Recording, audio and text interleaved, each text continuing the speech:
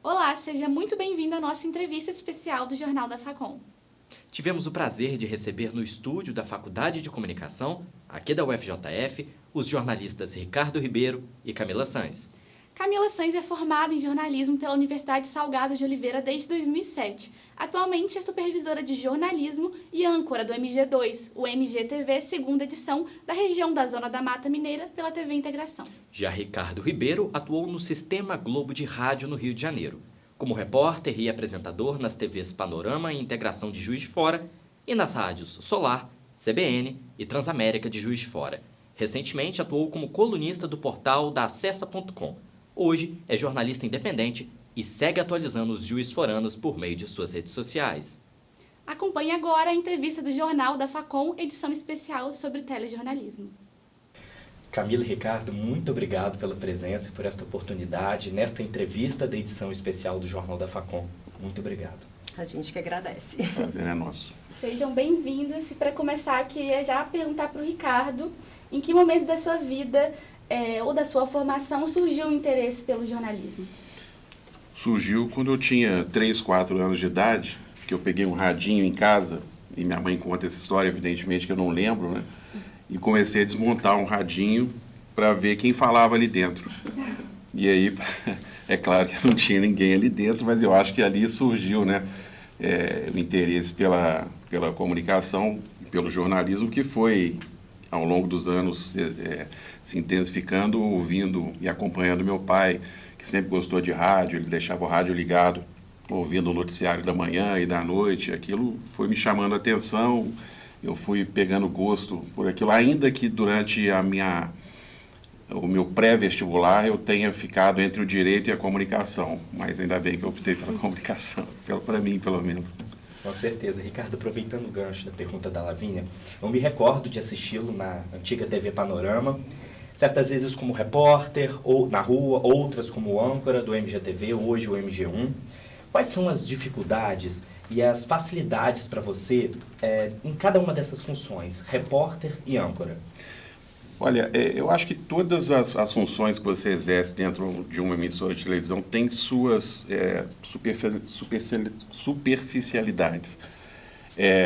Porque eu acho que a gente precisa entender que a TV é uma engrenagem e você não funciona sozinho, sabe? Você depende do próprio porteiro que está ali embaixo, que muitas vezes é uma fonte de informação, do departamento comercial, da técnica. Acho que todo mundo ali é como o motor de um carro, né? Se uma peça não funciona, o carro não anda. E a TV é da mesma forma. É claro que quem aparece no vídeo chama mais atenção, porque ele se torna uma pessoa pública. Mas eu acho que se você não entender que o seu colega que está do seu lado ali tem a mesma importância que você, algum problema, algum ruído vai ter nessa comunicação. Então, eu acho que todas essas funções têm as suas dificuldades, suas facilidades, que são poucas, as dificuldades são maiores, mas a questão é coletiva mesmo. Trabalho coletivo, sim, peça sempre. por peça, né? Exatamente. Como um Lego. É isso aí. Agora eu quero saber da Camila, como que surgiu o seu interesse pelo telejornalismo? Se foi na faculdade ou se antes você já tinha essa vontade, né, de trabalhar nisso? Engraçado que eu caí na TV muito por acaso, digamos assim. A vida me levou para a TV, porque eu entrei na faculdade buscando o jornalismo impresso. Queria ser do impresso. Ao longo da faculdade inteira, todos os meus estágios, comecei a fazer estágio muito no início da faculdade, todos os meus estágios, todos os meus trabalhos foram na área de assessoria. E no último período de faculdade, eu fui fazer estágio na Panorama, na época, e lá eram 6 meses de estágio. Você ficava 1 mês em cada área. E o meu primeiro mês foi na reportagem. E a partir dali comecei a ver, poxa, acho que eu gosto disso, e as coisas foram me levando para isso. Assim que formei, fiquei na TV, mas numa vaga que tinha na época, era do nosso site, não era o G1, hoje, que a gente tem hoje, chamava Mega Minas. E eu era a equipe do Mega Minas aqui em Juiz de Fora, só tinha eu por conta do site. Mas dentro do site houve a possibilidade de fazer uma enquete, uma interatividade com a TV. Eu estava dentro de uma emissora de TV e aí me colocaram para fazer. E a partir dali eu nunca mais saí da frente da tela.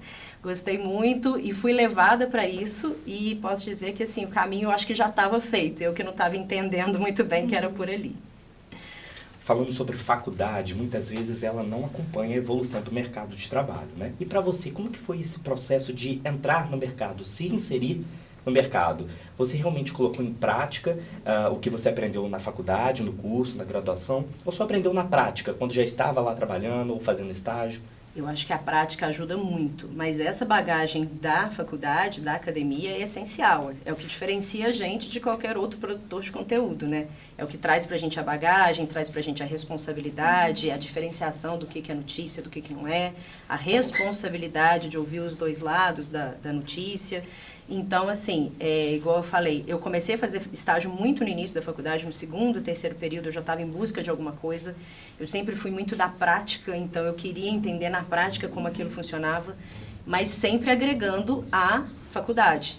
Na época, eu não formei aqui, eu formei na Universo, e lá, além do jornalismo, eu fazia matérias na publicidade, fazia matérias no cinema, eu queria ter toda a visão do todo. O Ricardo falou muito bem, TV é uma engrenagem, né? A gente trabalha com várias peças e todo mundo tem que funcionar de acordo para que aquilo chegue pronto na televisão para quem está assistindo. Então, ter toda essa visão da publicidade, do cinema, da câmera, da iluminação, de tudo, me deu uma bagagem também muito grande. Por isso que eu acredito que a prática faz sim diferença. Eu acho que todo estudante de jornalismo tem que buscar o estágio, buscar estar perto de quem está no mercado. O mercado hoje em dia, principalmente, é muito dinâmico. Então, muda a cada momento, você tem que buscar todo esse leque de possibilidades que o jornalismo te traz, mas a base, né, a nossa formação é essencial. Me recordo que eu entrevistei o Fábio William, que era apresentador do DF1, DFTV, até recentemente, apresentava o jornal Hoje aos Sábados como plantonista, e ele disse que no primeiro estágio dele, ele chegou na emissora de televisão, estava lá esperando para fazer um teste, e a apresentadora do jornal estava atrasada. E daí escalaram o Fábio para apresentar o jornal ao vivo para todo mundo, não era um teste.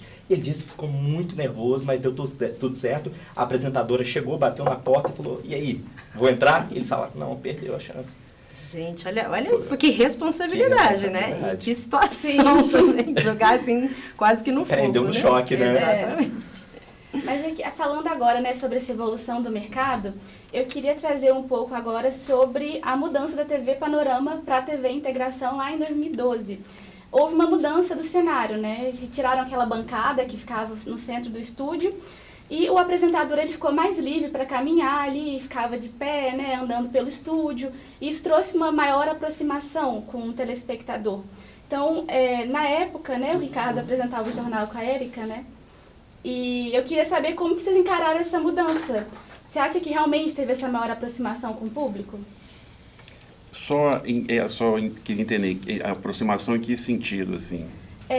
Até uma das nossas professoras aqui da faculdade fez um artigo que entrevistava pessoas e perguntava o que elas achavam dessa nova dinâmica. Uhum. E elas achavam que o fato do apresentador estar de pé ali, conversando sem a bancada no meio, tirou uma divisão entre o jornalista e o público. Entendi. É porque quando eu comecei a apresentar, era uma bancada. Uhum. E a gente fazia um jornal muito fechado, muito quadrado, sabe? E a gente, até para se mexer, a gente tinha que combinar com câmera antes, a gente ficava muito refém do TP, e eu confesso para você que eu nunca gostei de TP. Eu sempre buscava fugir daquilo que estava escrito ali de alguma forma. É claro que o conteúdo básico, a base está ali para você falar. Mas quando você passa a apresentar o jornal de pé, você se torna mais livre ali para você circular pelo estúdio, para você falar, para você gesticular. E eu acho que isso criou uma empatia, uma facilidade até na comunicação. As próprias pessoas se sentiram mais inseridas dentro daquele contexto que você está buscando trazer. E eu acho que foi muito fácil, e era uma decisão que talvez já pudesse ser tomada antes, né? Você não precisava ficar tão engessado ali naquela bancada durante tanto tempo. Até para virar, você tinha que fazer aquele movimento assim, sabe? Parecia um robô. Uhum. Então era muito ruim. E isso até para você ler, interpretar uma notícia era difícil você fazer. E quando você fica com um tablet ali, era um tablet, andando de um lado para outro, aquilo você até conhece mais o estúdio, começa a entender o enquadramento, você começa a conversar com o cinegrafista mentalmente, sabendo o que ele quer que você faça, para onde você pode ir, até onde você pode chegar. Então, acho que foi muito mais fácil, né? Com certeza. E as redes sociais também, elas pedem essa maior descontração. Eu vou fazer agora uma pergunta para vocês dois, vou começar com a Camila. Camila, você na TV Integração, hoje a rede social, os aplicativos de mensagem são essenciais, até porque o público pode mandar mensagem, pode contribuir, entregar sugestão de pauta ou até comentar sobre a reportagem que está no ar, né? E para o Ricardo, que trabalha com rede social, divulga informações de Juiz de Fora, existe até uma certa competição com outras páginas, que muitas das vezes não apuram as informações, então o Ricardo assume uma posição essencial de entregar uma informação apurada, que muitas outras páginas geralmente não fazem. Camila, como que funciona a rede social dentro da TV Integração hoje? Hoje em dia, a rede social é muito uma parceira nossa. Principalmente pós-pandemia, né? A gente teve ali a aproximação muito maior com o telespectador através da rede social também. E virou uma via de mão dupla. A gente não só emite a informação, a gente busca a informação também através de quem participa com a gente ali. O WhatsApp virou uma ferramenta de todos os dias. E a gente tem essa interatividade muito grande através dos nossos telejornais. Cada jornal tem sua característica, né? O Integração Notícia, ele pede muito a participação do telespectador através de uma foto, de uma participação, às vezes, o nascer do sol aqui em casa, como é que está o dia, você tomando café da manhã, bem próximo mesmo. O MG1, ele já traz mais a questão da denúncia, do bairro, do comunitário, através do WhatsApp. E para o MG2, que é um jornal um pouco mais pesado, né? É um jornal que conta ali a história do dia, é um jornal mais hard news. A gente trouxe a interatividade através do WhatsApp como o nosso bate-papo, que eu até brinco. A gente, aquele conversa da sala de casa, você está ali em casa assistindo televisão com seu pai, com a sua mãe, olha, você viu isso daí? Nossa, que absurdo, né? E você faz sempre aquele comentáriozinho. Então, a gente trouxe aquele comentário para dentro do jornal, para a pessoa se sentir cada vez mais participando daquilo, né? A gente não está ali só enviando a informação, a gente quer saber o que a pessoa que está consumindo aquela informação acredita daquilo, né? A opinião daquela pessoa. Então, a gente busca muito através desse bate-papo, através do WhatsApp. Mas volto a dizer, o WhatsApp virou um parceiro? Virou, mas tudo é apurado.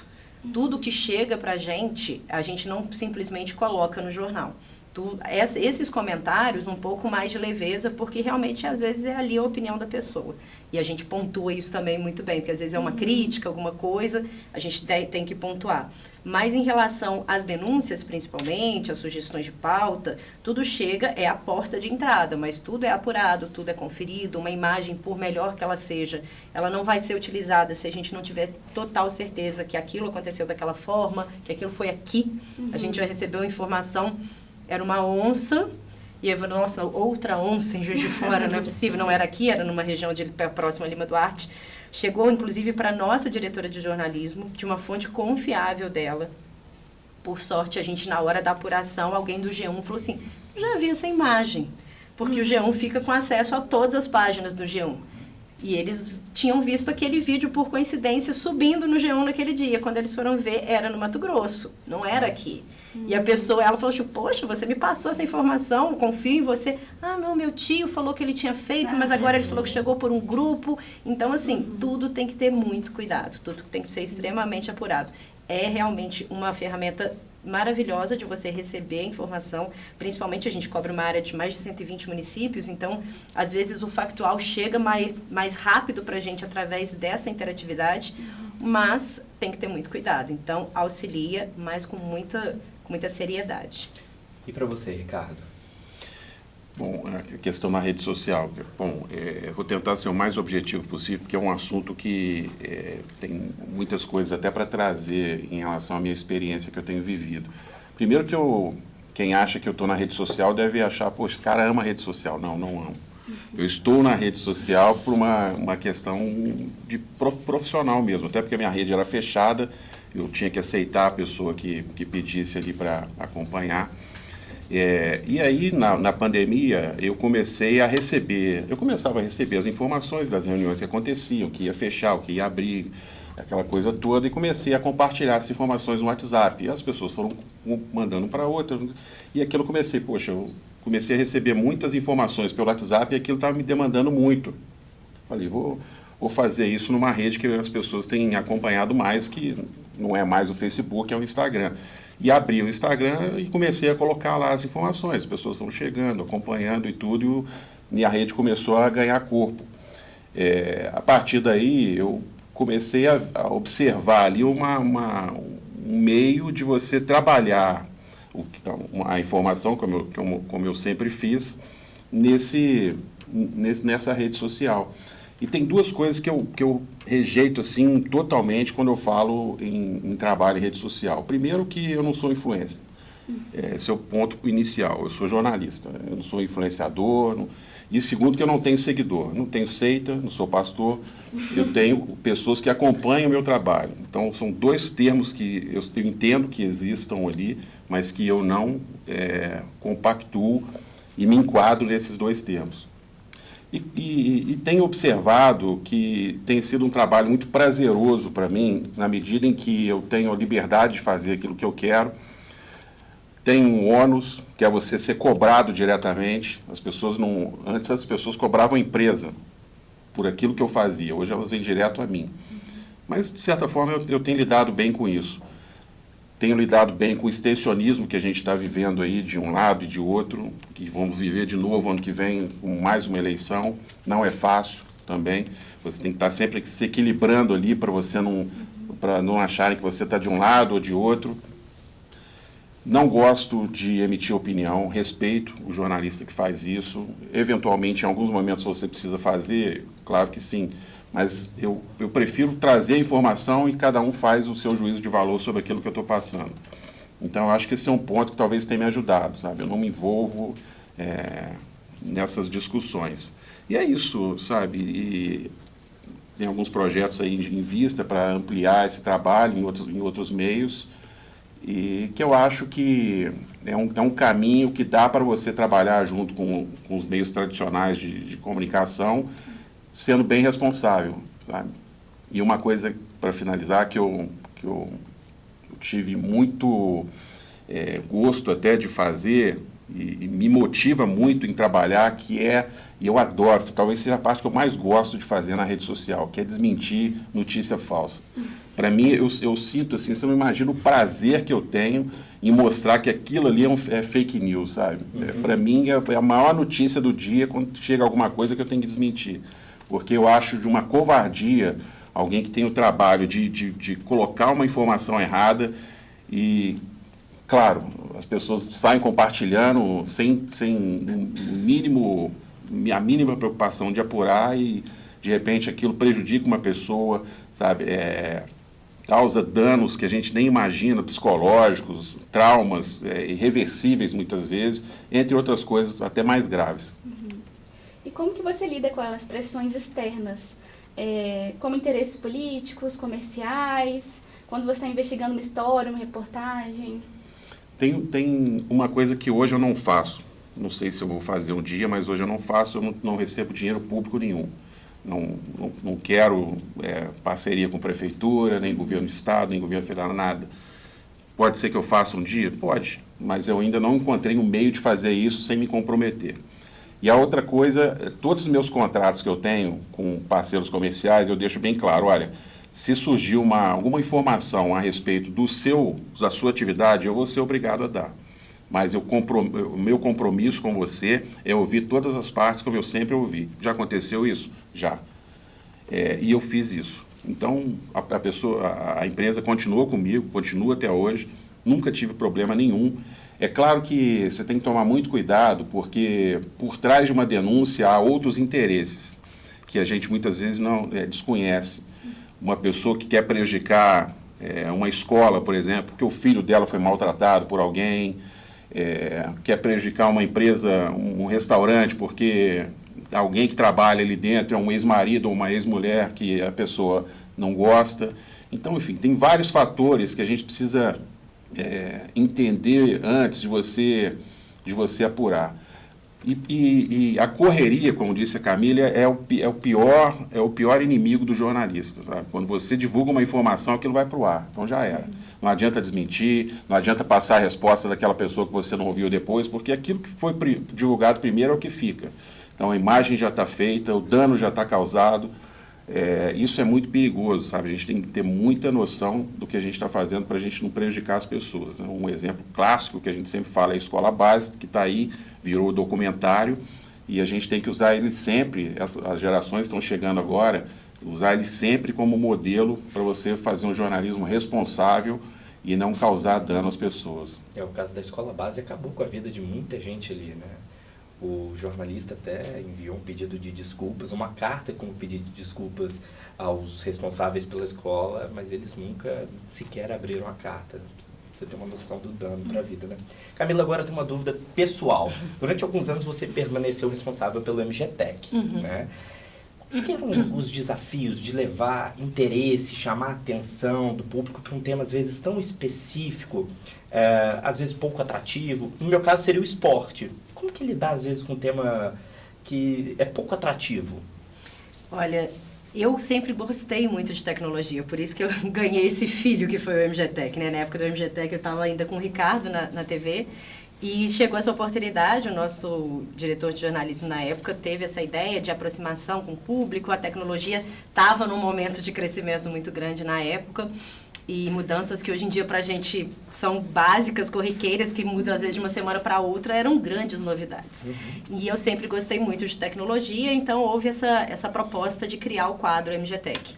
E foi um desafio muito bacana, porque me trouxe pessoas que eu nem imaginava. Eu me recordo uma vez, eu voltando para casa, uma senhora me parou na rua, seus 70 e muitos, virou para mim e falou assim: menina, você não acredita, eu entrei para uma aula de informática na época, porque eu quero aprender a usar as coisas que você está mostrando na televisão. E aquilo para mim foi assim, pronto, é isso.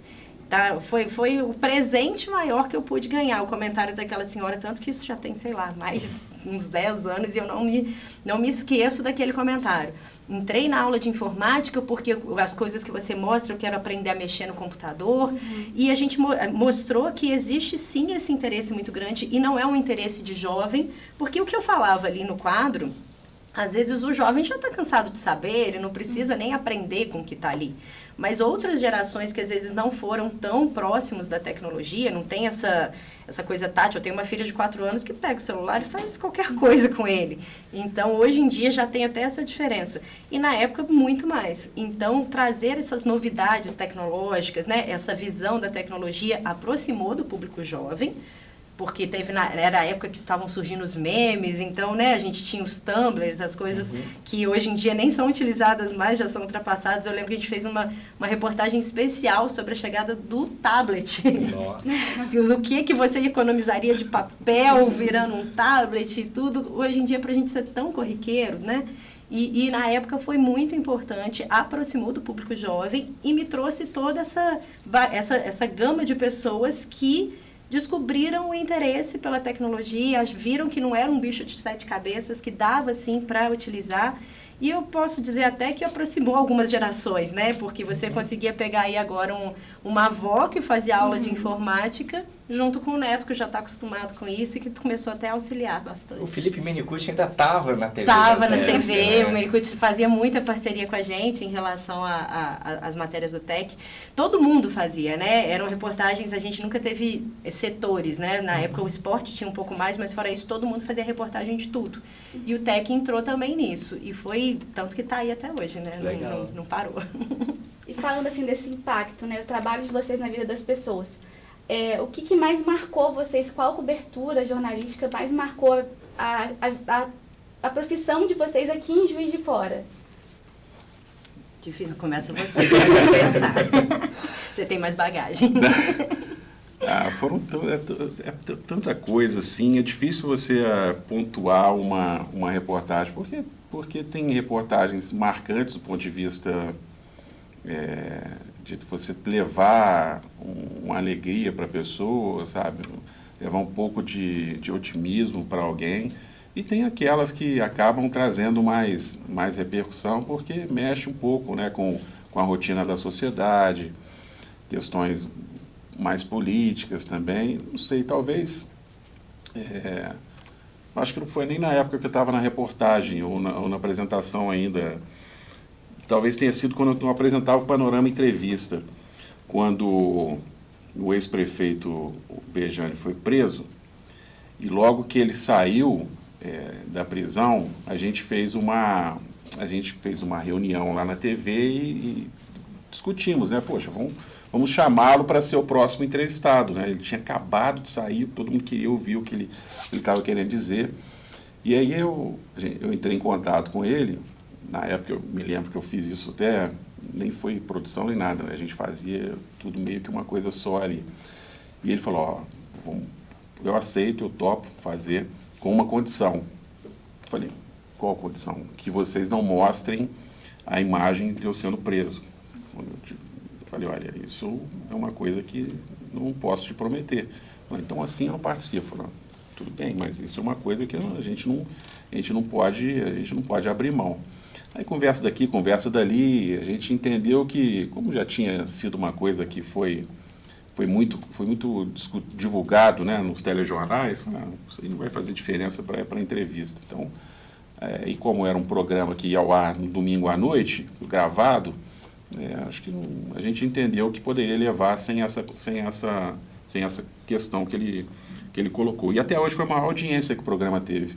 Uma audiência absurda. E olha que no primeiro programa foi o Itamar, já foram pessoas ali bem conhecidas, sabe? Mas essa do Bejane realmente foi uma coisa que marcou muito. E até hoje eu acho que é uma das poucas que você consegue achar no YouTube ainda para acompanhar. A nostalgia. Passava domingo à noite? Isso. Passava, depois do Fantástico. Eu me lembro. Bom, eu acho que a gente mexe às vezes com a vida das pessoas sem a gente imaginar, né? São pequenas coisas, não só de quem está no vídeo, mas toda a reportagem nasce através da produção, então todo mundo que trabalha ali na produção, às vezes ouvir uma pessoa numa ligação, ela está precisando às vezes só ser ouvida, ajudar de uma forma que às vezes nem chega no ar. Mas na tela, eu acho que o que mais me marcou, e eu acredito que também tenha marcado toda a nossa equipe e muita gente, no dia do anúncio quando a pandemia se agravou e quando a gente anunciou que a gente ia entrar também numa escala de trabalho, porque a TV Integração, ela não é só Juiz de Fora, né? Ela é Juiz de Fora, Uberlândia, Uberaba, Divinópolis, Araxá. E nesse dia a gente ia anunciar que a partir daquele momento, também para preservar os nossos jornalistas, a gente ia trabalhar em escala. Iam ser 15 dias sendo apresentados daqui, 15 dias sendo apresentados de outra praça. E aí coube a mim, no MG2, no encerramento do MG2, fazer esse anúncio. E eu lembro que, assim, o texto estava ali, eu já tinha feito a nota, colocado, tinha lido a nota várias vezes, eu mesmo tinha escrito, algumas coisas chegaram da nossa direção. Na hora que eu fui ler a nota no jornal, eu engasguei eu falei, gente, como a gente, nunca na vida a gente imaginou passar por um momento desse, né? Então, eu engasguei, tipo, vontade de chorar mesmo, tipo, eu falei, eu preciso terminar, o olho foi enchendo d'água, porque era um momento que você estava temendo por sua vida, pela vida das pessoas que você gostava, que estava ali com você no dia a dia. Eu tinha uma filha pequena, menor ainda na época, era uma bebezinha, então aquilo mexeu muito comigo. E acabou o jornal, muita gente chorando, muita gente preocupada, assustada, porque era realmente uma situação na época que ninguém sabia a proporção, ninguém sabia se voltaria a ser normal, entre aspas, se voltaria a ter jornal daqui igual era antes daquele momento. Então, acho que esse anúncio, acho que vai ficar marcado para sempre. Assim, eu lembro quase que do cheiro do dia, assim. Foi muito, muito marcante, porque era um momento que ninguém imaginava viver. Quando que você imaginava que durante 15 dias o jornal não 15 dias com períodos, né? Não era só aqueles 15 dias. O jornal não ia ser apresentado daqui, a gente ia colocar notícias de fora, eu era apresentadora, o que eu ia fazer durante esse período, onde eu ia trabalhar, como que eu ia me colocar. Então, mexeu com a vida de todo mundo. E eu acho que aquele anúncio ali foi uma coisa que eu jamais imaginei passar e que marcou muito. E teve uma questão pessoal também, que a gente citou, acabou citando uma questão profissional que para mim talvez seja o que mais marcou, e marcou muito na minha vida também, que foi 2005. Eu estava aqui no bairro São Pedro fazendo uma reportagem, quando eu recebo uma ligação dizendo que o Antônio Marcos tinha sofrido um acidente na estrada de Juiz de Fora para Ubá. E aquilo foi muito marcante para mim, sabe? Eu estava com o Neto, eu lembro até hoje, um cinegrafista, e a gente imediatamente voltou para a emissora. Então foi um dia, assim, talvez tenha sido um dos piores dias da minha vida, porque foi muito difícil trabalhar nesse dia. Era um cara que eu gostava demais, convivi com ele na faculdade, e a gente tinha uma proximidade muito grande. Inclusive eu tinha entrado na TV, eu estava no Jornal Panorama, eu tinha entrado na TV imediatamente quando ele sairia, porque ele estava indo para São Paulo, ele já tinha um acerto para ir para a Record de São Paulo, estava tudo certo, uma família, com filho, poxa, tudo, né, pequenininho, e aquilo foi uma coisa muito difícil, né? Talvez tenha sido um dia o pior que eu tenha vivido ali dentro, com certeza. Você chegou a cobrir o incêndio da TT Festas? Sim. Vocês, né? Cobri, não me lembro o dia, mas foi por volta de 7 horas da noite. O jornal, acho que já, não sei se tinha entrado no ar ou não. Não, foi um pouco antes do jornal, porque eu me recordo, minha família mora na João Pinheiro, e eu estava descendo a João Pinheiro e você via aquela coluna de fumaça subindo ali da Floriano, né? E eu voltando para a TV, porque eu já tinha ido embora, na época era do site, Ricardo da TV, e eu já estava em casa e voltou todo mundo para a TV. E foi realmente um dia, assim como a vinda do Bolsonaro aqui e a facada, foram dias assim que jornalista não tem hora para absolutamente nada, e não tem escala, e todo mundo volta e todo mundo se envolve, porque são proporções muito diferentes, né? Eu queria entender também como que foi, para vocês, teve alguma mudança no telejornalismo antes e depois da pandemia? Teve bastante, pelo sentido de a gente humanizou cada vez mais a nossa equipe. Esse anúncio agora que eu falei, né, que me marcou muito, foi também muito importante para mostrar que o jornalismo é feito de pessoas. Às vezes, né, a gente está ali, a gente está dentro da casa da pessoa e tudo, e fica uma coisa, às vezes, um pouco distante e fria. Mas é muito importante lembrar que são pessoas que estão ali, né? Que também estão em risco, também tem vida, também tem rotina, igual todo mundo. Então, a pandemia, eu acho que foi muito importante para isso também, assim. Teve essa mudança, né? A gente conseguiu mostrar cada vez mais que são pessoas que estão ali, que estão sofrendo também com tudo aquilo, estão passando por tudo aquilo de todas as formas. Em relação à técnica, em relação a conteúdo, a gente teve a possibilidade, como a gente precisava estar distante fisicamente, a tecnologia ajudou a aproximar. Então, antes, a gente não tinha possibilidade, por exemplo, de utilizar um vídeo gravado por celular, de utilizar uma entrevista via Zoom, via Skype, que hoje em dia a gente utiliza com muita frequência. Então, trouxe essa possibilidade para a gente. Hoje em dia a gente faz uma reportagem inteira com a utilização do celular. Então, a tecnologia avançou muito, né? A gente, durante esse período aí de 2, 3 anos, houve um pulo absurdo em relação à tecnologia, em relação a plataformas e tudo. Então, isso facilitou muito até a qualidade, a gente não perde a qualidade que é levada ao ar, e facilitou também a gente ter essas pessoas junto a gente. Hoje em dia, a gente utiliza, por exemplo, especialistas da USP, da UFMG, do Sul, para participar, dando a visão deles sobre assuntos locais. E antes a gente só tinha a possibilidade de vir gravar com uma câmera, com um microfone, e pós-pandemia a gente, por uma necessidade, colocou isso e viu que deu certo e continuou. Então, em relação à técnica, essa parte de vídeo, de celular, de plataformas de internet, auxiliou bem e mudou bastante. Ricardo, os anos de trabalho na televisão, se você pudesse citar uma habilidade, um fator que a televisão te habilitou, profissionalmente falando, que hoje você segue utilizando na internet, ou chegou a utilizar na rádio, ou na coluna que você tinha até pouco tempo no acesso, qual você citaria O que a TV te marcou profissionalmente, que você segue utilizando, segue lembrando até hoje? Acho que é o poder de síntese, né? Porque TV é tempo. A TV, se você não entregar o jornal, eles vão passar por cima de você, igual um trator. Então, eu acho que é você ter a capacidade de você escrever uma reportagem de forma mais objetiva e clara possível. E sempre quando eu escrevo, eu aprendi isso já há muitos anos, né? Eu escrevo um texto, vou lá, releio, corto, faço uma terceira leitura, continuo cortando, e até uma quarta, se for preciso, para cortar ainda mais. Então, eu nunca escrevo um texto e jogo ele de imediato, sabe? Pelo menos umas 3, 4 vezes eu faço uma releitura antes de divulgar esse texto. Então, talvez seja isso. Entender que, ainda mais hoje, né?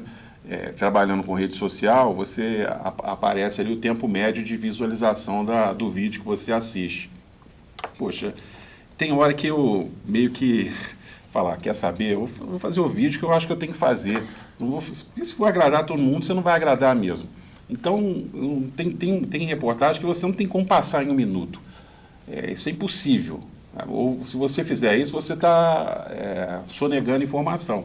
Então, eu faço, já aviso antes, olha, o vídeo é longo, se você quiser assistir, assiste. Se você achar que não é importante, não assiste. Mas eu passo a informação dentro daquilo que eu acho que é necessário e não me preocupo mais tanto assim com o tempo. É claro que eu não vou ficar fazendo vídeo de 3, 4 minutos, só quando você tem um assunto que mereça esse tempo. Então, acho que para mim o poder de síntese é o que a TV mais me trouxe e que me complementou com aquilo que o rádio já me deu, e que eu agradeço até hoje, que é a possibilidade de improviso. Isso eu sou muito grato ao rádio, porque isso não me deixou refém do TP. No rádio eu pegava uma folha de papel, um bloco de anotação, ao invés de escrever toda a reportagem, eu colocava tópicos. Incêndio, 9 horas, 2 pessoas feridas, bombeiros utilizaram tanto os equipamentos para apagar o fogo, e com aqueles tópicos eu ia criando o texto na minha cabeça, ia falando no rádio.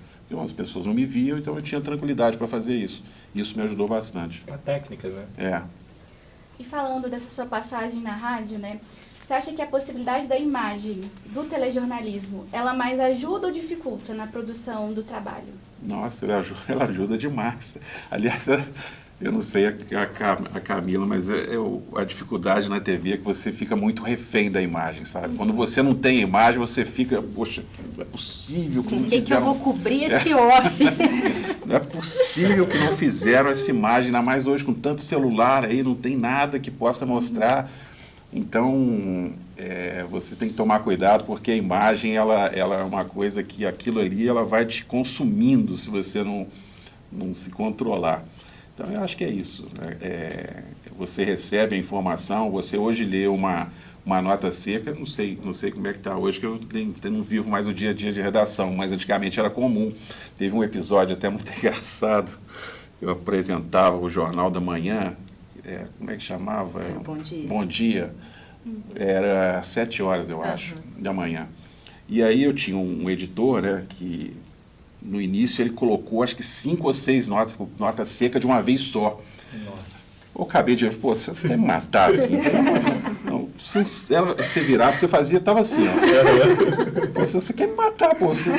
Era o quê? Devia ter dado uns 8 minutos. Só falando. Falei, você tá brincando? Eu não vou fazer mais isso. Eu falei, eu não faço mais isso, pô. Sabe, aquele dia eu confesso que eu perdi a paciência, porque, poxa, eu não conseguia mais ler, minha garganta pedia água. Manhã, né? Pelo amor de Deus. A voz ainda nem esquentou direito. Hoje em dia isso é impensável, né? Hoje em dia a gente tenta ao máximo evitar, e eu acabo caindo no contrário, né? Porque eu sou editora do jornal também e apresentadora. Então, às vezes, eu acabo de falar um bloco inteiro que é só nota, lock-off, vivo, WhatsApp, G1. acaba o bloco, eu falo, gente, por que eu fiz isso comigo? Eu que montei isso daqui, e às vezes é um bloco inteiro falando, né? E fala, mulher. Mas é porque, às vezes, são assuntos que encaixam, né? E a gente vai colocando, e aquilo é uma nota, aí aquilo é um lock-off. Aí, hoje em dia, a gente nem grava tanto a nota coberta, é mais a questão do lock-off, para você conseguir ter mais naturalidade ali em contar aquela história. Então, acaba que vai ficando um pouco... próximo, né? Quando acaba o bloco também eu dou aquela respirada e penso, ainda falo alto, falo, gente, por que eu fiz isso comigo? Eu mesma fiz, não foi nem, não tem nem pra quem vai xingar, eu que coloquei, então tudo bem. Queria aproveitar só esse último gancho. A produção de um telejornal aqui de Juiz de Fora, quantas cidades? 121. 121 cidades. É difícil. É São muitas desafiador. cidades. Como limitar 30? O MG2 tem 20 e poucos 27 minutos? 27 minutos, no 28 no máximo. Como? Exatamente. A gente é o poder de síntese que o Ricardo falou. E realmente não tem nada. Acabou, entra a programação e te corta no ar. É isso. Então, assim, a gente tem que realmente elencar os assuntos mais importantes, entre aspas, do dia, né? Porque é importante para quem tem também esse juízo de valor. Mas a gente tenta também, óbvio, o 2, ele conta a história do dia. Então, ele tenta dar possibilidades de espaço maior para os factuais, para os desdobramentos, é um jornal mais também de economia. E é um jornal que vai dando sequência ao longo do dia. Então, se um assunto começou na Integração Notícia e ele teve os desdobramentos, ele vai terminar no MG2. Então, se ele começou aqui, ele tem que ter um fim. Então, a gente tenta dar esse caráter de necessidade para esse assunto. E dentro desses 120 e poucos municípios, a gente tenta, ao máximo, dar possibilidade de falar um pouco da nossa região. Óbvio que a gente não consegue falar sempre de todos os lugares, principalmente porque a Zona da Mata, se Minas Gerais já é um estado com o tamanho de um país, a Zona da Mata também não fica tão diferente disso, né? A gente tem uma cobertura muito grande. Então, a gente tenta utilizar, através dos vídeos que chegam, das notas, às vezes até da participação do G1. Hoje em dia, a gente tem uma parceria muito grande com o G1. Às vezes, uma notícia que daria, se fosse uma nota ou que se fosse um lock-off ou até uma nota coberta, a gente demoraria 1 minuto e meio, 2 para falar. Eu dou uma nota de 30 segundos, resumo tudo que eu preciso ali e chamo o G1 para o restante das informações. Então, hoje em dia, a gente tenta fazer isso para otimizar cada vez mais o nosso tempo. Eu queria entender, assim, na produção de um telejornal, como que vocês lidam com a pressão do ao vivo ali, por exemplo, quando chega uma notícia de última hora? Ou, por exemplo, a facada, né? Então, tudo tem que virar. A gente, obviamente, precisa ter a informação confirmada e apurada para a gente conseguir dar. Então, às vezes, pode até acontecer da gente não dar a notícia e vai dar só na Integração Notícia do dia seguinte. Ou tá no G1 antes, ou entra num boletim, né? No Notícia da Hora, a gente faz um Notícia da Hora diferente para poder entrar com uma coisa mais factual. Mas a gente precisa ter aquilo confirmado. Mas acontece com uma certa frequência. Então, a ideia é a gente ter o dia já desenhado para poder, se precisar mudar, ser mais fácil de ter essa mudança, né? E ter aquela tranquilidade, tipo, qual equipe está mais perto? O que dá para fazer nesse momento? Você entra ao vivo com essa informação aqui, enquanto essa equipe vai fazer o gravado já para o dia seguinte. Porque a gente sempre trabalha pensando também no repercute, no dia seguinte, nos próximos jornais. Então, principalmente por o MG2 ser o último jornal do dia, a gente às vezes entra com o que tem de informação, um vivo, uma imagem, um telão G1, e depois segue porque o jornal acaba e não acaba o dia, né? A gente continua com a nossa rotina. Então, aí a equipe faz a cobertura, se precisar, entra durante a programação ou fecha para a integração do dia seguinte. Então, é uma coisa mesmo de tempo, de você ir tendo essa frieza de saber resolver quem vai fazer o quê, como a gente vai dar isso agora e como que a gente vai conseguir dar uma cobertura maior daquele assunto. Ok. Para finalizarmos aqui essa nossa entrevista, esse bate-papo, né? Eu queria que vocês deixassem um recado para os estudantes de jornalismo de todo o Brasil, agora formados. Olha, eu acho que primeiro você tem que entender aquilo que você está fazendo e o futuro que te espera. Porque não pense que o jornalismo é uma profissão glamourosa, é uma profissão que vai te te tornar público, vai te dar muita coisa. Eu falo que o jornalismo é igual o jogador de futebol, né? Quando você fala um jogador de futebol de um time grande, você acha que é uma realidade que funciona para todos os outros times, né? E não é. O jornalismo é assim também, como muitas profissões também. Você tem um núcleo ali que, sabe, é um núcleo que tem principalmente das grandes cidades, e quando você opta por você fazer o jornalismo numa cidade de porte médio como Juiz de Fora, é uma outra realidade. Então, de forma nenhuma não é você colocar que um é melhor que o outro, não estou entrando nessa discussão. Um optou por um grande centro e o outro optou por ficar aqui. E eu acho que você tem que ter em mente que você não pode, tem que ser uma pessoa, tem que mostrar sua personalidade, não pode se curvar a algumas coisas que vão surgir no seu caminho, não pode se vender. Aliás, esse é um ponto que eu sempre coloco quando as pessoas falam, mas em relação a bens, em relação a qualquer coisa que eu possa ter conquistado na vida, eu sempre digo o seguinte: meu maior bem, minha maior riqueza é minha credibilidade. Sabe? Aquilo que eu conquistei ao longo dos anos, que graças a Deus eu consegui manter. E olha, muita gente não sabe que em 2012 eu saí da TV para fazer uma campanha na televisão da atual prefeita de Juiz de Fora. Na época ela perdeu a eleição, mas por uma questão política ela foi ser deputada federal, porque o prefeito de Uberlândia na época, o Gilmar Machado, ganhou a eleição e ela substituiu, era a primeira suplente e foi para Brasília. Mas eu terminei meu trabalho e não quis mais vínculo nenhum, segui outros caminhos. Muita gente não lembra que eu fiz isso em 2012. E olha que a gente está vivendo hoje essa questão aí de um lado e de outro, né? Sim. Porque eu nunca me filiei a partido nenhum. E nem tenho essa intenção. Aliás, é uma coisa que quando você entra na política, a primeira coisa que a pessoa fala, não, assina aqui a ficha de filiação para você trabalhar comigo. Eu falo, não, essa é uma condição, então eu não aceito. E nunca aceitei. Porque é um trabalho profissional como qualquer outro. Eu tô fazendo ali. É claro que você tem que acreditar também, né? Você não vai fazer um trabalho com alguém que você não acredita. Mas não quer dizer que eu tenho que ficar marcado, ou tenho que me tornar refém daquele grupo político ou daquela situação. Então, essa é uma coisa que me orgulha muito, porque nos dias de hoje é muito difícil, como eu já disse aqui, é muito difícil você trabalhar com esse tipo de coisa. Então é isso, sabe? O conselho é você criar essa condição para que você possa se tornar até independente quando necessário e não ficar preso a empresa alguma, não achar que aquilo vai ser a sua vida e se você sair dali você não vai para outro lugar, vai ficar sempre ali. Não é assim. Então, talvez esse seja um ponto que eu sempre coloco, né, nessas discussões que eu tenho, quando a gente conversa assim com estudantes de comunicação, com a turma que escolhe essa profissão aí para seguir, que é uma profissão que eu tenho um prazer enorme de fazer parte, sabe? Gosto demais, tanto é que eu faço questão de usar jornalista na minha página, porque ali está uma pessoa que tem uma profissão, e eu me orgulho de ter essa profissão, por isso eu uso esse nome.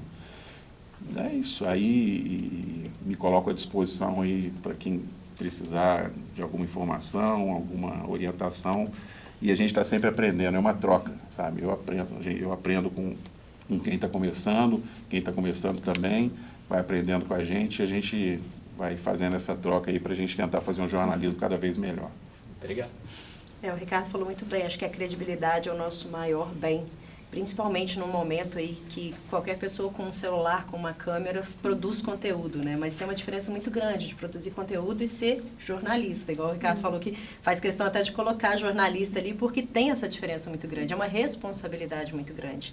Então, eu acho que a mensagem muito é essa, é entender essa responsabilidade que a gente tem, é fazer o trabalho da maneira correta, principalmente num momento que a gente vive de muita fake news, de muita informação, às vezes colocada propositalmente, né, para criar aquele buchicho, criar aquela situação. Então, saber que a gente tem uma profissão que é de extrema importância, informação é muito importante, informação muda a vida das pessoas, então ter noção dessa importância da nossa profissão, e que é um campo muito grande, que está sempre em movimento, sempre mudando, então existem aí todas as formas de você atuar, sempre com muito cuidado e responsabilidade.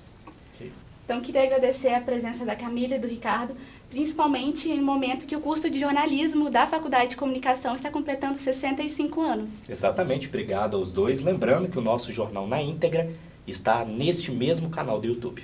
Obrigado pela sua companhia e até a próxima.